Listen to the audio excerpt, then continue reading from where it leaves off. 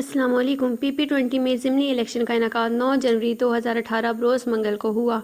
چکوال سے ضمنی الیکشن کی رپورٹ کے مطابق چودھری حیدر سلطان کا پلڑا ہر طرف سے بھاری رہا۔ ٹوٹل پولنگ اسٹیشن کی تعداد 227 تھی۔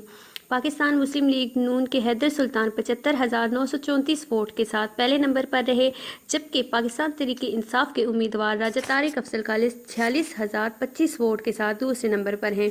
تحریک لبیک یا رسول اللہ کے امیدوار ایڈوکیٹ ناصر منہاج 16,576 ووٹ کے ساتھ تیسرے نمبر پر ہیں۔ محمد طفیل 610 ووٹ کے ساتھ چوتھے نمبر پر ہیں، جبکہ عوامی نیشنل پارٹی کے امیدوار چودھری عمران کیسر 163 ووٹ کے ساتھ سب سے آخری نمبر پر ہیں۔ میل ووٹوں کی تعداد 1,41,191 تھی، جن میں سے 1,41,137 ووٹ پول ہوئے، اور فیمیل ووٹوں کی تعداد 1,39,308 تھی، جن میں سے 1,35,339 ووٹ پول ہوئے، اور خراب ووٹوں کی تعداد 1,829 رہی۔ غیر حتمی اور غیر سرکاری نتائج 49/50 رہے۔